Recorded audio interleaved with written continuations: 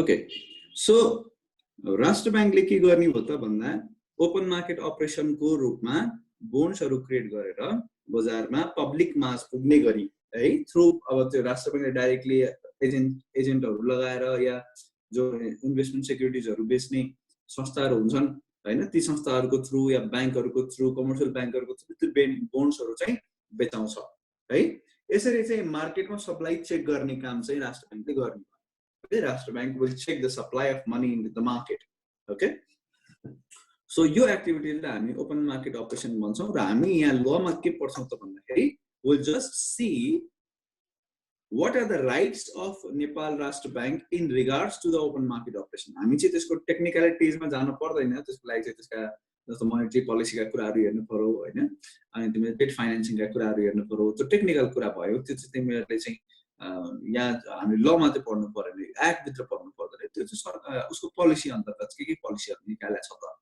त्यसले के इम्प्याक्ट गर्छ भन्ने कुरा चाहिँ तिमीहरुले पढ्नु चाहिँ पर्यो तर पनि मैले जनरल आइडिया चाहिँ दिइसके so let's start with section 45 section 45 मा चाहिँ अपरेसन अफ ओपन मार्केट भन्छ अपरेसन अफ ओपन मार्केट को अधिकार राष्ट्र बैंकले दिएका छ त्यही भन्न खोजेको सेक्सन 45 ले अरु के पनि भन्नु के भन्छ त भन्दा bank shall operate open market transaction for immediate or late purchase or sale of debt securities for immediate or late त्यो भने के त भन्दा शॉर्ट टर्म या अलिकति मिडियम टर्म है त्यो भनेको के त एक दिनको लागि हुन सक्छ है वन डे बिल पनि हुन सक्छ है one day bill one week bill 31 days bill 90 days bill भने बोन्ड्सहरु कुरा हैन इमिडिएट भनेको एकदम तुरुन्तै हैन त्यसले purchase and sale of debt securities भनिसके पछाडी तिमीले बोन्ड्स को रूपमा इस्यु गर्ने सेक्युरिटिजलाई हामी के भन्छौं डेट सेक्युरिटिज भन्छौं सेक्युरिटिज भनेको यहाँ धितो पत्र भन्ने त्यही कागज भन्नु है okay on the basis of agreement right with the government of Nepal ultimately फेरि रोल कसको त ओभरअल इकोनोमिक चेक गर्ने काम त सरकारको अनि सरकारले राष्ट्र बैंकले आफ्नो एउटा के भन्छन् हेल्पिङ ह्यान्ड बनाएको छ अनि अथवा फाइनान्शियल एजेन्ट भनेर हामीले पढाएको छौं हैन त्यो बनाएको छ अनि सरकारले के भन्छ ए राष्ट्र बैंक ल तिमीलाई मैले अधिकार दिए तिमी गर न तिमीले हेर यो पैसा धेरै भएछ मार्केटमा इन्फ्लेसन बढेको बढै छ व्हाट इज दिस ल चेक गर पैसा वापस ल्याऊ हैन अहिले राख भरे फेरि चाहिँ सप्लाई सर्टेज हुँदाखेरि या क्याश क्रन्च हुँदाखेरि फेरि सप्लाई गराउनु ओके सो त्यसरी चाहिँ के गर्ने भयो त भन्दाखेरि नेपाल राष्ट्र के सरकारसँग मिलेर राष्ट्र बैंकले चाहिँ डेट सेक्युरिटिजहरु बजारमा किन्ने या बेच्ने काम गर्ने भयो है किन्ने भनेको डेट सेक्युरिटिज बजारबाट किन्ने भनेको चाहिँ अल्टिमेटली बजारलाई पैसा दिने हो अनि डेट सेक्युरिटिज बजारलाई बेच्ने भनेको चाहिँ बजारबाट वापस पैसा दिने है ओके सो डेट सेक्युरिटी बेच्यो भने पैसा आउँछ किन्यो भने पैसा जान्छ it is just like buying and selling of goods किन्दाखेरि पैसा जान्छ गुड्स बेच्दाखेरि पैसा आउँछ हो सो सेक्युरिटिज बेच्यो भने पैसा आउँछ सेक्युरिटिज किन्यो भने पैसा जान्छ अब यो राष्ट्र बैंकले आफ्नो नाममा इस्यु गर्न सक्छ बोन्ड्स अथवा राष्ट्र बैंकले सरकारको नाममा इस्यु गर्न सक्छ भनेर यसरी चाहिँ राष्ट्र बैंकको अधिकारको कुरो यहाँ गर्छ है सर गभर्नमेन्टको यस बोन्ड्समा चाहिँ इन्ट्रेस्ट पाइन्छ है राम्रै इन्ट्रेस्ट पाइन्छ लाइक 7% 8% 9% रिस्क फ्री इन्ट्रेस्ट पाइन्छ है त ओके अब नेक्स्ट मैले तिमीहरुलाई भर्खरै पनि रिपर्चेज एन्ड रिभर्स रिपर्चेज अर्को एउटा मोनेटरी पोलिसी अन्तर्गतको टुल हो एउटा चाहिँ ओपन मार्केट अपरेसन भइहाल्यो त्यही ओपन मार्केट अपरेसनकै पार्ट पनि यो हो चाहिँ हैन repurchase and reverse repurchase okay यो भने के अरे यो भनेको बैंकहरुलाई कमर्शियल बैंकहरुलाई राष्ट्र बैंकले लोन दियो भने त्यसलाई रिपर्चेज भन्ने अनि कमर्शियल बैंकहरुले पैसा राष्ट्र बैंकमा डिपोजिट गरे भने त्यसलाई रिभर्स रिपर्चेज भन्ने त्यसमा लगाउने रेटहरुलाई हामी रेपो रेट र रिभर्स रेपो रेट भनेर चिन्ने गर्छौं है ओके अब एउटा कुरा के ख्याल गर्नु त भन्दाखेरि यहाँ हेर के लेखेको छ त repurchase agreement and reverse repurchase agreements are done by keeping government debt bonds or debt bond issued by bank itself as its security for the management of short term liquidity लगेर यसले एउटा बडा कमालको कुरो के गर्छ त भन्दाखेरि हामीले जुन चाहिँ पैसा लिएका छौं है जस्तो कमर्शियल बैंकको कुरा म कमर्शियल बैंक हो मैले पैसा लिँदाखेरि चाहिँ मैले डेट बोन्ड्स चाहिँ मैले सरकारको डेट बोन्ड्स किन राखेको हुन सक्छु हैन त्यो सरकारको डेट बोन्ड चाहिँ सेक्युरिटीको रूपमा चाहिँ राष्ट्र बैंकले दिनुपर्छ यतिकै लोन त लिन पाइदैन हैन राष्ट्र बैंकलाई सरकारको डेट सेक्युरिटी दिनुपर्छ अब यहाँ मैले तिमीलाई यो रिपर्चेज एग्रीमेन्ट किन भनियो त त्यसको बारेमा भन्छु है रिपर्चेज एग्रीमेन्ट चाहिँ किन भनियो यो त बुझियो ल राष्ट्र बैंकले लोन दियो त्यो लोनमा लाग्ने इन्ट्रेस्ट रेटलाई हामी रेपो रेट भन्छौँ ओके अब क्वेशन के छ त भन्दाखेरि why it is called repo rate repurchase rate किन भन्छ अथवा यसलाई रिपर्चेज एग्रीमेन्ट किन भन्छ किन भन्दाखेरि एउटा तिमीले ध्यानसँग सुन यो राष्ट्र बैंक हो यो अदर ब्याङ्क्स हो यो अदर ब्याङ्क्सले राष्ट्र बैंकसँगबाट लोन लिँदाखेरि सेक्युरिटी या धितोको रूपमा सरकारका बोन्ड्सहरू आफूले किनेर राखेको होला आफूले इन्भेस्ट गरेर राखेको होला जस्तो एसएलआर मेन्टेन गर्दाखेरि त हामीले गभर्नमेन्ट बोन्ड्सहरू किनेर राख्छौँ नि त हो कि हैन सो उसँग भएको गभर्नमेन्ट बोन्ड जुन छ त्यो गभर्नमेन्ट बोन्डलाई फेरि गभर्नमेन्ट के अरे राष्ट्र बैंकसँग धितोको रूपमा दिन्छ है यो राष्ट्र बैंकले धितो पायो गभर्नमेन्ट बोन्ड हैन अनि राष्ट्र बैंकले त्यसको साटो के दियो त बैंकहरुलाई लोन दियो तर अब के हुन्छ त भन्दाखेरि यो एग्रीमेन्टमा यिनीहरूले के गर्छन् त भन्दाखेरि इट इज जस्ट लाइक यो धितोको रूपमा राखेको छ एग्रीमेन्टले के गर्छन् one day I will give you this money and you need to give that bond back to me यसरी त्यो बैंकलाई वापस बोन्डलाई वापस लिने एग्रीमेन्ट हुने भावनाले यसलाई रिपर्चेज एग्रीमेन्ट भन्छ है सेल गरेर वापस किन्यो भने त्यसलाई रिपर्चेज भन्छ के भन्छन् अरे रिपर्चेज है इट इज जस्ट लाइक बैंकहरुले बोन्ड सेल गरे पैसा लिए अनि फेरि एक दिन गएर त्यो बोन्डलाई फेरि वापस किन्छन् पैसा दिन्छन् है that's why it is known as repurchase selling and buying पहिले first you sell and then you buy it त्यही सामानलाई तिमीले वापस किन्यो भने it is known as repurchase यहाँ के भइरहेछ त बैंकहरुले आफूसँग भएको गभर्नमेन्ट बोन्ड्सलाई बेचे अनि राष्ट्र बैंकले तिनीहरूलाई लोन दियो अनि त्यसपछि चाहिँ अल्टिमेटली एक दिन उनीहरूले पैसा वापस गरे अनि त्यो बोन्ड वापस किने है अब यो चाहिँ यो मोडल भयो एउटा तरिकामा अब हामी यस्तो टेक्निकली चाहिँ त्यतातिर जानु पर्दैन तर तिमीले तरिका मैले चाहिँ रिपर्चेज चाहिँ किन भन्दो रहेछ त भनेर तिमीलाई बुझाउन कोसिस गर्छु यहाँ रिपर्चेज एग्रीमेन्ट के कुराको हुँदैछ त to buy this bonds back है when you buy these bonds back you have to pay the money back okay and when you pay the money back with the interest that is ultimately the ultimate aim of the Nepal Rashtra Bank ले पैसा दिनु थियो अनि त्यसपछि त्यहाँबाट interest वापस लिन थियो अनि बीचमा सेक्युरिटीको रूपमा चाहिँ गभर्नमेन्ट डेट बोन्ड्सलाई युज गर्नु थियो है okay so in a way commercial bank are buying their securities which they have sold है आफूले सेल गरेको सेक्युरिटीजलाई वापस किनेको जस्तो देखिनेमा हुनाले this agreement is known as repurchase agreement now sir what happens in reverse repurchase को केसमा के पनि हुँदैन रिभर्स रिपर्चेज को केसमा जस्ट रिपो को उल्टा हुने भावनाले हामीले रिभर्स रिपो भन्यौं अदरवाइज हामीले अरु कुनै नाम दिन सक्दैनौं हैन रिपो को उल्टा दैट मीन्स कमर्शियल बैंकले गएर पैसा जम्मा गर्यो अनि त्यसपछि चाहिँ आफ्नो डिपोजिट एकाउन्टबाट पैसा तिनीहरूले लिन सक्छन् यसमा सेक्युरिटीजको रूपमा डेट बोन्ड्स युज हुँदैन है त्यही भएर चाहिँ यसलाई it's better to name it as a reverse repo है रिपोको रिभर्स हुन्छ यहाँ सेक्युरिटीज चाहिँ चाहिँदैन है अर्डिनरली ओके यहाँनिर एउटा क्वेशन मैले कसले गरेको सर यो कमर्शियल बैंकले लोनको रूपमा लिन्छ कि यस कमर्शियल बैंकले लोनको रूपमा लिन्छ अब लोन लिँदाखेरि तिमीले धितो त दिनुपर्छ धितो हामीले जग्गा जमिन दिन्छौं भने बैंकले गभर्नमेन्ट बोन्ड चाहिँ दिन्छ है नाउ सर यो बाहेक अरु इन्स्ट्रुमेन्ट पनि बजारमा उपलब्ध छन् है रिपो र रिभर्स रिपो बाहेक गभर्नमेन्ट सेक्युरिटीज को कुरा गर्दाखेरि त्यो बाहेक अरु इन्स्ट्रुमेन्ट पनि बजारमा उपलब्ध छन् आवश्यकता अनुसार थुप्रै इन्स्ट्रुमेन्टहरु तिमीलाई मैले त्यही भने त्यो ट्याबमा गएर हेर्नु you will see the lot of other instruments which are available in the market instrument भने उपकरण यो वित्तीय उपकरण भन्छौं हामी फाइनान्शियल इन्स्ट्रुमेन्ट है यो भने यिनी कागज सेक्युरिटीज है transactions agreement so these are known as financial instruments okay which are marketable which can be sold easily in the market okay in a way they are considered as cash equivalent है त्यसलाई easily बेच्न पनि मिल्छ तुरुन्त पैसा पनि आउँछ तर पैसा चाहिँ होइन है पैसा होइन तर तुरुन्त पैसा आउँछ भने that is known as cash equivalent है ल अब now this was all about section 45 okay now we can go to section 46 and 47 section 46 and 47 को कुरा गर्दाखेरि यसले compulsory deposit and failure to maintain such deposit को कुरा छ compulsory deposit भनेपछि के याद आयो तिमीलाई दावन कमर्शियल बैंकले compulsory deposit गर्नुपर्ने के होला tell me quick कमर्शियल बैंकहरुको लागि कंपल्सरी डिपोजिट के होला भन यस सीआरआर है क्यास रिजर्भ रेसियो, उनीहरूले रिजर्भको रूपमा पैसा सेन्ट्रल ब्याङ्कमा राख्ने है। त्यसको बारेमा चाहिँ सेक्सन 46 र 47 मा लेखिएको छ। Okay, let's see this. अब यसमा लले कसरी कुन भाषा युज गरिरहेछ त भन्ने मात्रै हो, हामी बुझिसकेका छौँ सीआरआर भनेको है त। Issue directives for maintaining compulsory reserve fund, अर्थ नेपाल राष्ट्र ब्याङ्कले डाइरेक्टिभ्स है, निर्देशिका इस्यु गर्न सक्छ for maintaining the compulsory deposit in Nepal Rastra bank. Okay, यो मोनेटरी पोलिसीजमा लेखेर आउँछ, हरेक वर्षको मोनेटरी पोलिसीजमा यो सालको सीआरआर यति हो भनेर लेखेर आइसकेको हुन्छ है। So no need to worry about that.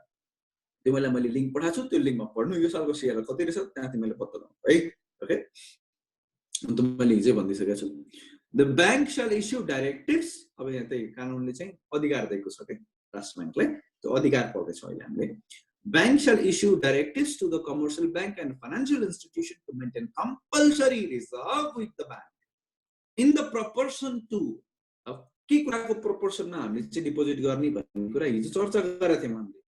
NDTL earth net demand and time liability, मतलब पब्लिकको जुन पैसा ब्याङ्कसँग छ त्यसको प्रोपोर्सनमा, कति प्रोपोर्सन यो पर्सेन्टेजमा हुन्छ है। 4% भनेपछि एनडीटीएल को 4%। ओके, एनडीटीएल को 4% चाहिँ हुनु पर्यो है। न कसैले यो शेयर गर न, स्क्रिन शेयर गर्न मिल्छ? शेयर गर, कति अल्छी बका तिमीहरु।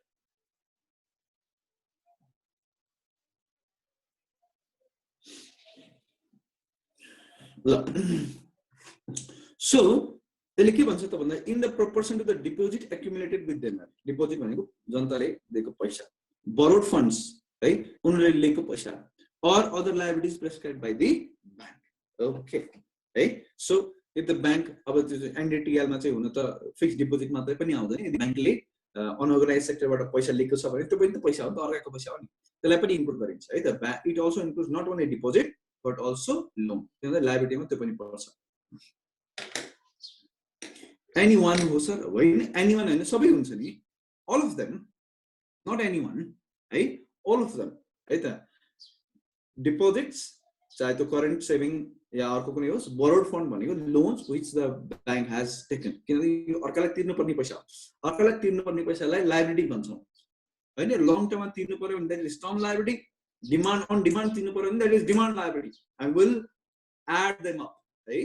नाउ दिस सम अफ त्यसको चाहिँ 4% चाहिँ सीआरआर को रूपमा हामीले ब्याङ्कमा जम्मा गर्नुपर्छ। सो कम्पलसरी रिजर्भ, यस त्यो सबैको 4% है त सर। इट क्यान, अब यहाँ तिमीले ख्याल गर्नु, बोरोड फन्ड भनेछ है। सो बोरोड फन्डमा अन्डरलाइन गरेर साइडमा नट द क्यापिटल, ख्याल गर्नु, it is not the capital, capital borrowed fund होइन है त। It is talking about the loans है। Okay, external debts, external debts है। सो यहाँ स्टुडेन्टले फेरि सर यो बोरोड फन्ड भनेपछि त क्यापिटल पनि होला भनौला, but that is not there है। So it shall be the duty of the commercial bank and financial institution to maintain the compulsory deposit in bank as prescribed by the bank. Okay, यसले के भन्नु त भन्दा it is a duty भन्छ, खतम। Duty of हु?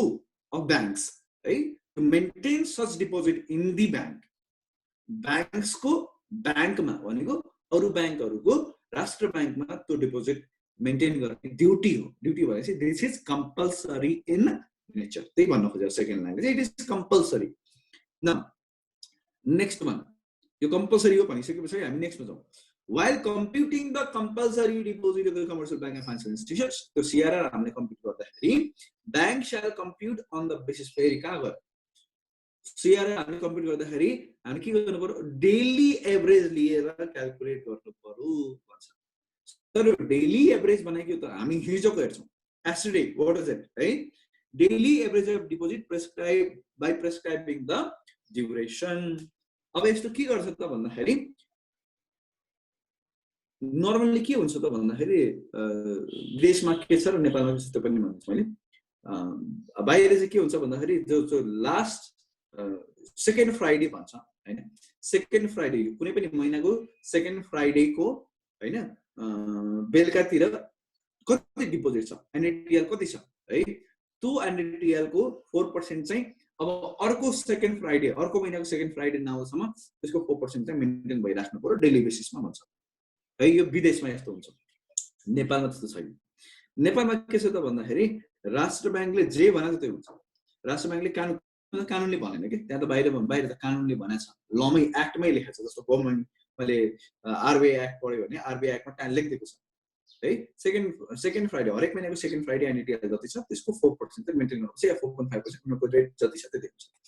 ल हाम्रो लमा त्यो स्पेसिफिकली भन्दैन कि कहिले हेर्ने, तर हाम्रो लमा प्रोसेस भयो।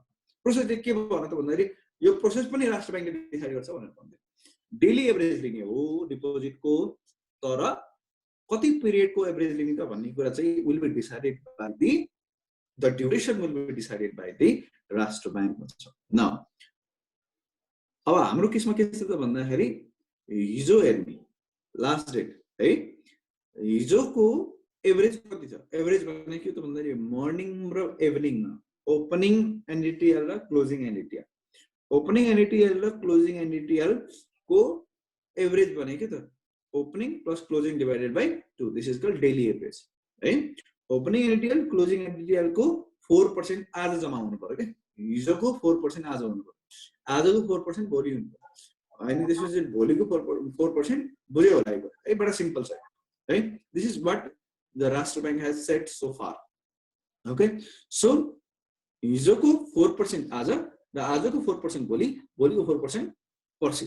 किन भन्दा आजको एभरेज त गर्न सकिँदैन, फेरि आजको कति बेला गएर जम्मा गर्ने भन्ने टेन्सन हुन्छ। त्यही भएर always we see the past days है। अब राष्ट्र ब्याङ्कले एक हप्ता भन्यो भने पछि पोलिसी चेन्ज गरेर एक हप्ताको हेर्नुपर्छ भन्यो भने पुरै एक हप्ताको एभरेज लिएर अनि भोलि जम्मा गर्ने, दिनदिनै जम्मा गर्ने हो। सर अलरेडी तिम्रो 4% त्यहाँ छ भने यस दिनदिनै डेली बेसिसमा जम्मा गर्नुपर्छ है। अलरेडी 4% तिम्रो त्यहाँ छ भने त जम्मा गर्नु परेन है। अनि त्यस पछाडि अलरेडी 4% पुगेन, जस्तो हिजोको एभरेज एनइटिएल चाहिँ बढेछ, हिजो एनइटिएल बढ्दा बित्तिकै 4% को हिसाबले फेरि बढाउनु पर्यो हैन। बढाउँदाखेरि चाहिँ आज गएर जम्मा गरिहाल्नुपर्छ। जम्मा भएन भने एक दिन मात्रै ढिलो भयो भने बडा खतरनाक पेनल्टी यिनीहरू लगाउँछ है।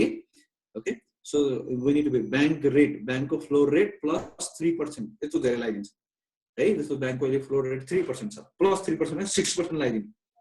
ओके, सो एक दिन मात्र ढिलो भयो भने, अझ सब्सिक्वेन्ट ढिलो भयो भने त अझ धेरै लाग्छ, 5%, फ्लोर रेट प्लस 5% भनिन्छ। सर यदि यो टेक्निकलमा नजाउँ हामी अहिले, त्यो मैले बुझ्नुपर्ने कुरा के त भन्दाखेरि डेली बेसिसमा हामीले मेन्टेन गरे आउनु पर्यो। मेन्टेन भएन भने त्यस्तो अवस्थामा पेनल्टिज एकदम ह्युज पेनल्टी छ। त्यो कारणले गर्दा you should be very careful है। तिमी ब्याङ्कको म्यानेजर हो भने you have to be very careful. Daily बेसिसमा तिम्रो एनइटिएल कति छ सिस्टमले जेनेरेट गरेर दिने हो, त्यसको 4% कति हुन्छ त्यो क्याल्कुलेट गर्ने। Is it maintain with the Rastra bank? Yes, okay, no, you have to go and deposit the amount. Go and deposit fund transfer गर्ने त हो नि है। Okay, you have to transfer the funds. If you do not do that, जति shortage भएको छ नि त्यो सर्टेजको त्यत्रो 6% चाहिँ चार्ज काट्दैन है। Okay, so this is too huge amount है। Okay, so you need to be very careful. सर्टेजको 6% जस्तो हुनु के होला त भन्दाखेरि सपोज तिम्रो एनइटिएल 1000 करोडको 1000 करोडको एनइटिएल हो भने त्यसको 4% कति नै भयो? 40 करोड। ओके, 40 करोड सर्टेज भयो। सर्टेजमा के होला? 2 करोडको सर्टेज होला। हिजो 38 करोड थियो, आज बढेछ 40 भयो, 2 करोडको सर्टेज। त्यो 2 करोडको चाहिँ तिम्रो चाहिँ पेनल्टी लाग्छ। यस्तो सर्टेजको चाहिँ सर्टेन पर्सेन्टेज पेनल्टी लाग्ने हो। जो अमाउन्ट अलरेडी छ त्यसमा त पेनल्टी लाग्ने कुरै भएन। फेरि तिमीले 40 करोडमै पेनल्टी लाग्छ होला। कमन सेन्स लाउँदाखेरि चाहिँ त्यो त हुँदैन हेर है। Just apply common sense. सर्टेजमा चाहिँ जति पुग्दैन त्यसमा चाहिँ पेनल्टी लाग्छ। पेनल्टी के कति लाग्छ फेरि त्यसको लागि मौद्रिक नीतिहरू हेर्नुपर्छ है। ओके, जनरली चाहिँ फ्लोर रेटमा सर्टेन पर्सेन्टेज प्लस लगाइरहेको हुन्छ, 1% प्लस। फ्लोर रेट अहिले 3% चलिरहेको छ, तिमीले हेर्नु। फ्लोर रेटको 1% प्लस फ्लोर रेट किन लाउनु पर्यो? धेरै लाउने भनेर के। अनि त्यसपछि फर्स्ट डे डिले भयो भने त्योभन्दा सब्सिक्वेन्ट डेजहरूमा फेरि अब 1% होइन 3% या 5% त्यसरी चाहिँ बढाइदिन्छ है। Okay, so this is just to understand कि त्यहाँ पेनल्टिज पनि छ डिले भयो भने है। ओके, नाउ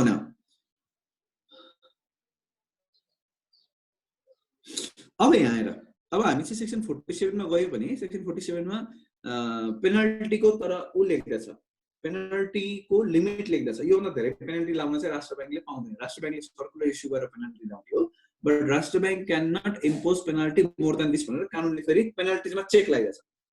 हामीले अप टु 5 इयर्स जेल भन्छौँ के 5 इयर्स जेल हो त होइन अप टु 5 इयर्स भने के हो त भन्दाखेरि जेल नहुन पनि सक्छ है त्यस्तै गरी अब यहाँ राष्ट्र बैंकले जब चाहिँ पेनल्टिजका कुराहरू निकाल्छ राष्ट्र बैंकले पेनल्टी चार्ज गर्न पाउने हो तर त्यो पेनल्टी जथाभावी चार्ज गर्छ कि भनेर फेरि गभर्नमेन्टले अलरेडी यो एक्ट बनाउँदाखेरि त्यहाँ चेक लगाइदिएको छ एउटा चाहिँ थ्रेसहोल्ड लिमिट लगाइदिएको छ यो भन्दा धेरै पेनल्टी चाहिँ लाउन है भन्नु ओके सो कति कति भनेको छ हेर्नु है in cases where any commercial or bank or financial institution fails to maintain compulsory deposit in the prescribed bank shall impose a fine on the bank or financial institution for a period of such failure.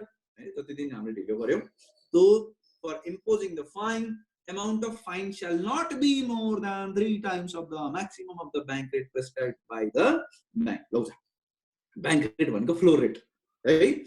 भनेपछि मैले के भन्छ floor रेटमा +1% +3% +5% गर्न पाइयो तर floor रेटको 3 times भन्दा धेरै चाहिँ हुन भएन फाइन दैट मिन्स जस्तो अहिले फ्लोर रेट 3 छ यसको 3 टाइम्स भने कति हो त 9% सम्म जान पाइयो त्यो भन्दा धेरै जान पाइएन अन्डरस्ट्यान्ड ओके ख्याल गर्ने जस्तो तिमीले एक्जाम्पल लेख्दै त्यहाँनेर यदि बैंक रेट 3% छ भने बैंक रेट भनेको फ्लोर रेट है बैंक रेट 3% छ भने maximum fine कति हुन सक्ने भयो 3% into 3 equals to 9% हुन सक्ने भयो अब यत्रो हुँदैन तर यत्रो धेरै लगाउनु 9% है 9% is too high है यसमा चाहिँ पहिलो दिन डिले गर्यो भने 3 + 1 अनि त्यसपछि डिले गर्यो भने 3 + 5 यसरी चाहिँ लाग्छन् 8% सम्म चाहिँ मैले देखाएको छु त्यो भन्दा धेरै चाहिँ मैले देखाएको छैन है सो फार 9% भने तकरिबन यो कमर्शियल बैंकले पब्लिकलाई दिने यो रेट अफ इन्ट्रेस्ट भन्दा नि हाई है त ठिकै छ पेनल्टी धेरै हुन सक्छ फ्लोर रेट र सीआरआर एउटै हो नो फ्लोर रेट म तिमीलाई भन्छु FLOOR फ्लोर भनेको बेस रेट भनेको बेस त बुझ्छौ बेस यति त्यसमा प्लस हैन हामी चाहिँ त्यति त मिनिमम हो सबभन्दा सस्तो रेट भने हो फ्लोर रेट सबभन्दा सस्तो बेसिक ओके ओके सो अब त्यसमाथि चाहिँ अब मार्जिन राखेर चाहिँ बैंकले दिने हो राष्ट्र बैंकले पनि त्योभन्दा अलिकति थप मार्जिन राखेर बैंकलाई लोन दिन्छ है सर भन्नाले सीआरआर मेन्टेन गरेन भने माने 12% भन्दा बढी फाइन लाउन पाइएन 12% भन्दा बढी फाइन किन 12% किन भन्यो तिमीले यस्तो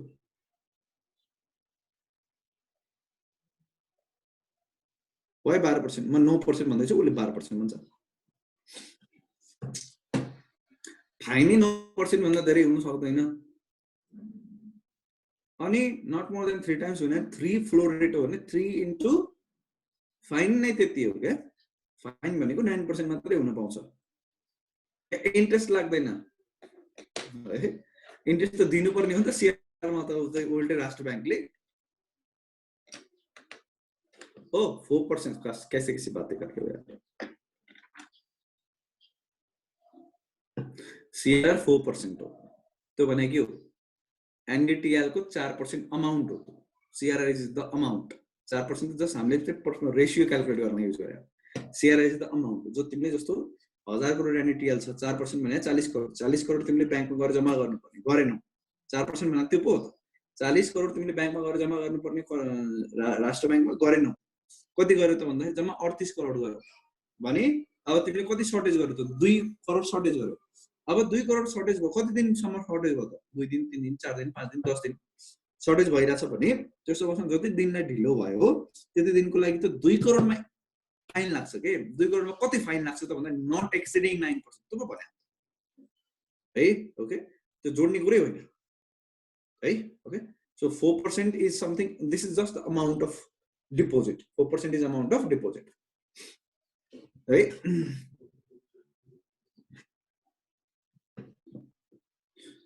बैंक रेट भन्ने कुरा यस्तो हुन्छ एकदम बैंक रेट भनेको राष्ट्र बैंकले तोकेको सबभन्दा बेसिक फ्लोर रेट यो रेटमा कुनै कारोबार हुँदैन यो रेटमा हामी चाहिँ प्लस गर्छौं सर्टेन फ्लक्चुएसन्सहरु एड गर्छौं है त्यो एड गरेर राष्ट्र ब्याङ्कले लोन दिन्छ, त्यसमा केही एड गरेर फेरि कमर्सियल ब्याङ्कहरूले अरूलाई लोन दिन्छ। यो भनेको भेरी आधारभूत भेरी बेसिक। त्योभन्दा कम इन्ट्रेस्ट रेट कहिल्यै हुन सक्दैन। राष्ट्र ब्याङ्कले पनि त्योभन्दा कम इन्ट्रेस्ट रेट यो साललाई गर्दैन भनेर राष्ट्र ब्याङ्कले तोकेको आफ्नो एकदम मिनिमम रेट अफ इन्ट्रेस्ट हो है। अब योभन्दा माथि चाहिँ उसले के गर्छ त भन्दाखेरि बजारमा लोन दिन सुरु गर्छ। त्योभन्दा माथि फेरि बजारले पब्लिकलाई लोन दिन्छ है। That is known as basic rate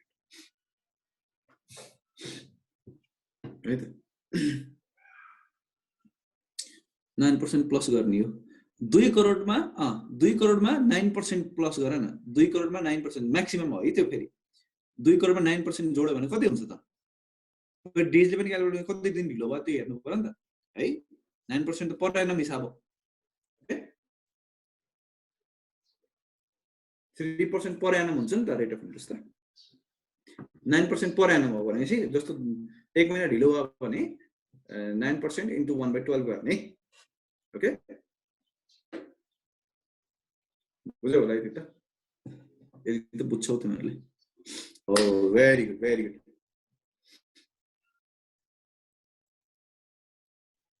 ब्याङ्कले लास्टै घाटा लाग्छ नि। उल्टो पैसा पनि जम्मा गर्नु छ, त्यसमा इन्ट्रेस्ट पनि फाइन पनि तिर्नु छ हैन? लाग्छ। त्यही भएर ख्याल गर्ने, ढिलो नगर्ने, टाइमली मेन्टेन गर्ने है। ओके बिल्कुल यो गजबको चेक छ। फेरि त्यो बिचारा त्यो डिपोजिटमा फेरि पैसा पनि आउँदैन के। सिआरआर जुन डिपोजिट तिमीले राष्ट्र ब्याङ्कमा जोडेर राखेछौ नि त्यसमा त तिमीले पैसा पनि कमाउँदैन। बरु एसएलआर त तिमीले चाहिँ गभर्नमेन्ट बोन्डमा इन्भेस्ट गर्छौ हैन? त्यो गर्न पाइन्छ, गभर्नमेन्ट बोन्डमै गर्नुपर्छ भन्छ अझ एसएलआर चाहिँ। त्यही भएर एसएलआरमा चाहिँ तिमीले राम्रै इन्ट्रेस्ट पाउँछौ, 8-9% पाउँछौ। तर सिआरआरमा चाहिँ there is no interest income है। डेली बेसिसको एभरेज क्यालकुलेट गर्ने, सर्टेज कति भयो त्यो हेर्ने है। त्यो सब त्यसलाई मैले के भन्नु अब तिमीले चाहिँ तिमीले त्यो प्रश्नलाई जति पनि घुमाउँछौ त सर हिजो कम थियो आज बढ्यो हैन?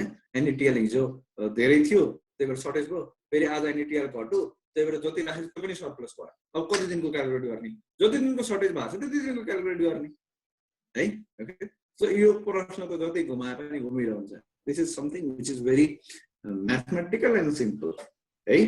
त्यसलाई चाहिँ तिमीहरूले हिसाब गर्नु पर्यो। तिमीहरूले क्यापनमा अब क्वान्टिटेटिभ एप्टिट्युड जस्तो सब्जेक्ट पढेर छौ। सर सिआरआर डिपोजिटमा एनआरबीले इन्ट्रेस्ट दिनेलाई फ्लोर रेट भन्छ होइन? सिआरआरमा एनआरबीले कुनै इन्ट्रेस्टै दिँदैन। त्यही भन्दैछु अघिदेखि।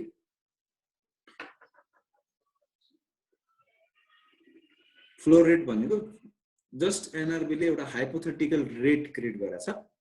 हाइपोथेटिकल भनेको एउटा सोच, कन्टेम्प्लेसन भन्छ एनआरबीको सोच कि योभन्दा कम रेटमा कसैले कारोबार गर्न पाए। तर त्यतिमा त एनआरबीले पनि गर्दैन है, त्योभन्दा धेरैमा नै गर्छ एनआरबी है। ओके एकदम एउटा दुईटा सेक्टरमा चाहिँ गर्छ है, एउटा दुईटा सेक्टरमा गर्छ। त्यो बाहेक जस्तो स्पेशल इन्डस्ट्रीको केसमा रिफाइनेन्सिङ गर्दाखेरि एनआरबीले 1% नै दिन्छ है, 1% नै दिन्छ। देयर आर अब फेरि एक्सेप्सन त छँदैछन्, तर त्यो भनेको त्यो एकदमै बेसिक त्यति चाहिँ रहनुपर्छ है। 99.99% केसमा चाहिँ 3% भन्दा तल चाहिँ हुँदैन भनेर बुझ्नु है। ओके यो एउटा सोच मात्रै हो, 3% भन्ने सोच हो है। तर यो कति बेला युज हुन्छ है, युज नहुन पनि सक्छ है। त्यसलाई बेस मानेर जस्तो तिमीले पढायो होला लिबर प्लस यति % भन्छौ नि हामीले, लिबरलाई फ्लो एउटा बेस मान्छौ नि त। लाइबर सुनेको छैन तिमीले? लन्डन इन्टर ब्याङ्क रेट सुने होला हैन? सो त्यो लिबरलाई हामीले बेस मानेर अनि त्यसमाथि प्लस माइनस गरेर चाहिँ एउटा बेसमाथि प्लस माइनस गरेर इन्ट्रेस्ट दिन्छौ नि, हो त्यस्तै फ्लोर रेटलाई प्लस माइनस गरेर फेरि इन्ट्रेस्ट दिनेछ भन्छ के चलन हो यो। सर जस्तै ब्याङ्कमा हिजो 1 करोड एभरेज डिपोजिट भएको थियो, आज 1 करोड डिपोजिट गर्न पर्यो अनि भएको पैसा सबै डिपोजिट सिआरआरमा गरेपछि कस्टमरले लोन दिन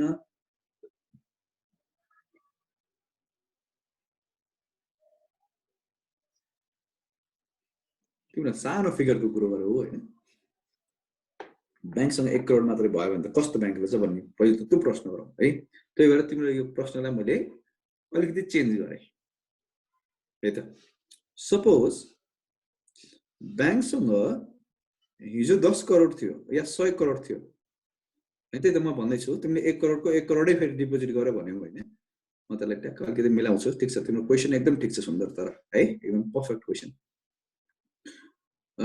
सपोज बैंकसँग 100 करोड रुपैयाँ पब्लिकको डिपोजिट छ 100 करोड पनि सानै हो तर पनि सजिलो हिसाब पर्सेन्टेजमा क्याल्कुलेट गर्न सजिलो हुन्छ 100 करोड रुपैयाँ बैंकसँग एनडीटीएल छ त्यसको 4% भने 4 करोड रुपैयाँ बैंकले जम्मा गर्नु पर्यो ओके 4 करोड रुपैयाँ जम्मा गरिसकेपछि बैंकसँग 96 करोड रुपैयाँ छ 10% उतातिर लैजान्छ 86 करोड रुपैयाँ बैंकसँग अझै पनि छ के 86 करोड रुपैयाँ बैंकसँग अझै पनि छ के 86 करोडै लोनको रूपमा दिइसक्छ त इज इट नो है उसले 86 करोड रुपैयाँ लोनको रूपमा दिदैन है त उसले आफ्नो लागि पनि त सेफ्टी पर्पसको लागि आफूसँग पनि पैसा अलिअलि राख्छ ल धेरै राखेन 86 करोड मध्ये 84 करोड उसले लोनको रूपमा बजारमा दियो 2 करोड लोनको रूपमा के अरे आफूसँग सेफ वालेटमा आफूसँग क्याशको रूपमा राख्यो है हुनु त 10% उता क्याश एन्ड क्याश इक्विभ्यालेन्ट भनेर राखिसकेको छ तर फेरि त्यो त कम्पलसरी त्यो त डेली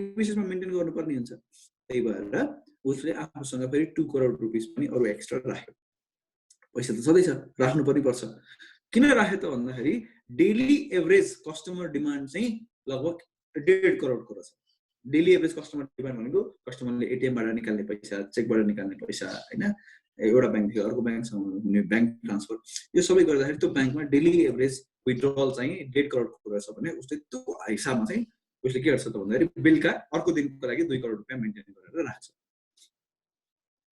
है ओके सर यो स्ट्याट्युटरी लिक्विडिटी रेशियो मेन्टेन गर्ने चाहिँ यस्तो हुन्छ स्ट्याट्युटरी लिक्विडिटी रेशियो मेन्टेन गर्ने भनेको एकदमै इमर्जेन्सीको केसमा मात्रै युज गर्ने पैसा हो है ओके बिल्कुलै इमर्जेन्सीको केसमा त्यो पनि राष्ट्र बैंकलाई सोधेर युज गर्नुपर्छ ओके घरिघरि हामीसँग राष्ट्र बैंकले सोध्ने चाहिँ हामीसँग त्यो के अरे टाइम छ अथवा त्यो पर्मिसनको कुरा आयो हैन रिक्वेस्टका कुराहरु आयो त्यो झन्झट त हरेक पैसालाई त्यो गर्न त सकिदैन नि त सोच न तिमी 10,000 रुपैयाँ लिन्छ होला अब मैले एसएलआर युज गर्छु भनेर राष्ट्र बैंकले सोध्न जानु सोच त त्यो गाह्रो प्रोसेस भयो नि त त्यही भएर आफ्नो अपरेसनल एक्टिभिटिजको लागि पनि त पैसा छुट्याएर राख्नु पर्यो है सीआरआर डिपोजिट गरेको आफ्टर म्याच्युरिटी पिरियड बैंकलाई रिटर्न दिन्छ कि दिँदैन सीआरआर डिपोजिट गरेको सीआरआर को म्याच्युरिटी पिरियडै हुँदैन सीआरआर सधैँभरि मेन्टेन गरिराख्नु पर्ने कुरा है तर सीआरआर बढ्न र घट्न सक्छ सीआरआर 4% थियो अब मार्केटमा पैसाको फ्लो बढाउनको लागि सीआरआर घटाइयो भने पैसाको फ्लो बढाउनको लागि सीआरआर घटाइदियो भने जस्तो 4% बाट घटाएर 2% ल्यायो भने तिमीले जुन 40 करोडको 20 करोड मात्रै राख्नु पर्यो बाकी 20 करोड तिमीले विथड्र गर्न पाउँछौ त्यहाँबाट निकाल्न पाउँछौ अनि त्यसलाई फेरि बजारमा लाउन पाउँछौ है ओके लिक्विडेसन दिन परिहाल्यो नि कैसी बात करते हो लिक्विडेसन में दिन परिहाल्यो that does not belong to Rastra bank है राष्ट्र बैंकले त बस एउटा टुल बनाएको मात्रै हो के इन्फ्लेसन चेक गर्ने टुल मात्रै हो बैंकहरु नडुबुन् भनेर हैन अथवा बैंक डुब्नै थाल्यो भने त्यसलाई बचाउनु पर्ला भनेर राखेको पैसा हो यो अरु केही पनि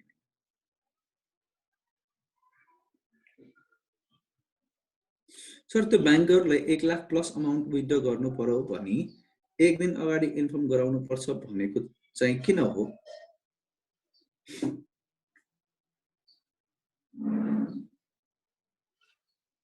यो सबै बैंकलाई होइन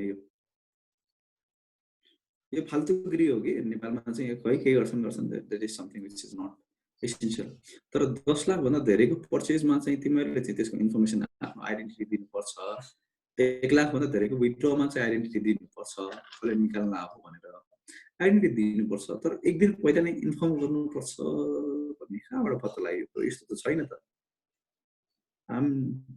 यस्तो नहुनु पर्ने रहेछ ल this is something which is inform गर्नु पर्दैन खै मैले त गर्दिन के इन्फर्म आजसम्म मेरो काम भइरहेछ तिमीले कहाँबाट सुन्यौ यस्तो 1 लाख होइन होला अलि धेरै होला 1 लाख होइन होला बरु चाहिँ फिक्स डिपोजिट तोड्दाखेरि चाहिँ भन्नुपर्छ फिक्स डिपोजिट तोड्न लाग्यो भने अब जस्तो तिमीलाई भोलि तोड्नु छ भने अथवा 10 दिन पछाडि तोड्नु छ भने आज गएर भन्यो भने बल्ल त्यो 10 दिन पछाडि टुट्छ त्यसको लागि त मैले पहिले नै भन्ने छु फिक्स डिपोजिटमा यिनीहरुले रमाइलो गर्छन् पैसा खान्छन् 2-4 दिन राख्यो भने इन्ट्रेस्ट आउँछ भनेर। सर त्यो सिआरआर डिपोजिट गरिन् भन्ने छ नि, जस्तै प्रभु ब्याङ्कले आफ्नो होल नेपालको जोडेर एभरेज निकाल्छ कि इच ब्रान्चको छुट्टै? होइन, एउटा ब्याङ्कले आफ्नो सबै नेपालभरिको जोड्छ। जस्ट कन्सिडर सबै ब्रान्चलाई एउटा ब्याङ्क सोच है। नागरिकता माग्छ, यस नागरिकता मागिहाल्छ नि, आइडेन्टिटी भन्ने त्यही त हो नि।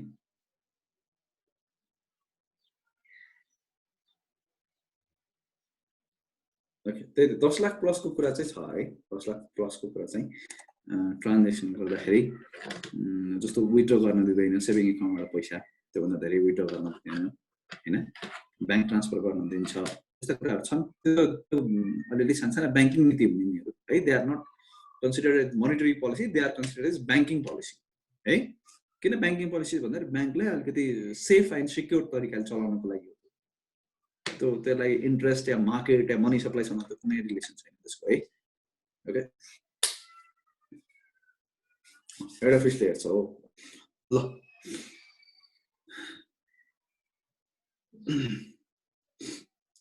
ओके देन, अब त्यस पछाडि चाहिँ हामीसँग 10-11 मिनटको समय छ, त्यसलाई यो चाहिँ सकाउँ है। सेक्सन 48 मा जाउँ।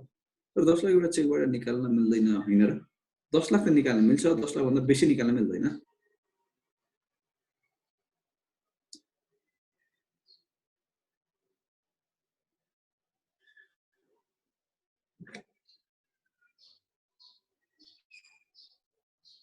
ब्याङ्क लिक्विडेट गर्दा डिपोजिट रिफन्ड गर्न पुगेन भने हो, लानको सवालको आन्सर हो है।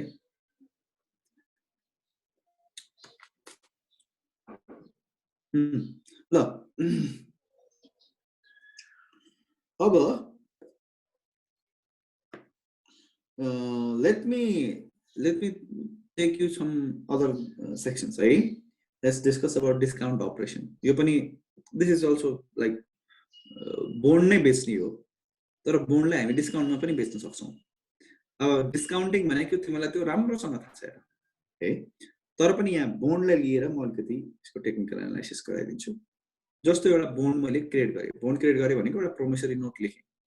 प्रोमिसरी नोटमा के लेखेँ त भन्दाखेरि after 3 months I will give you 1000 rupees। तिमीहरूलाई सोध्दैछु है, मैले एउटा प्रोमिसरी नोट क्रिएट गरेँ। प्रोमिसरी नोटमा मैले के लेखेँ? After 3 months I will give you 1000 rupees है। अब यो प्रोमिसरी नोटलाई तिमीहरूले कतिमा किन्छौ? 1000 मा किन्छौ? अप्सन छ है, 1000 मा किन्छौ, 1000 भन्दा कममा किन्छौ या 1000 भन्दा महँगोमा किन्छौ? ल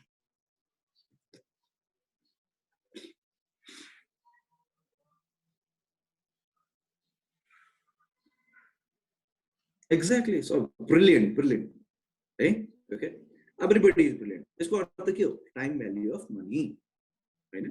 तिमीले बिल्स अफ एक्सचेन्ज पढेछौ, बिल्स अफ एक्सचेन्जमा हामीले डिस्काउन्टिङ गर्ने गर्छौँ र 3 महिना पछाडि म्याच्योर हुने बिल आजै गएर ब्याङ्कमा डिस्काउन्टिङ गर्यो भने ब्याङ्कले चार्ज काट्छ, इन्ट्रेस्ट काट्छ, यस अर नो? हो, यही एक्टिभिटिजलाई हामी के भन्छौँ त? डिस्काउन्टिङ भन्छ। यसको भनेको के त भन्दाखेरि फेस भ्याल्युमा बेच्ने होइन कि फेस भ्याल्यु भन्दा कममा बेच्ने र म्याच्युरिटीमा फेस भ्याल्यु दिने है। फेस भ्याल्यु भन्दा कममा बेच्ने र म्याच्युरिटीमा फेस भ्याल्यु दिने। आज 1000 रुपैयाँको बोन्डलाई 950 मा बेच्ने र 3 महिना पछाडि 1000 रुपैयाँ दिने। अल्टिमेटली त्यो व्यक्ति जसले 950 रुपैयाँ तिमीलाई दिएको थियो त्यसले 1000 रुपैयाँ पाएपछि कति इन्ट्रेस्ट कमायो त? 50 रुपैयाँ इन्ट्रेस्ट कमायो।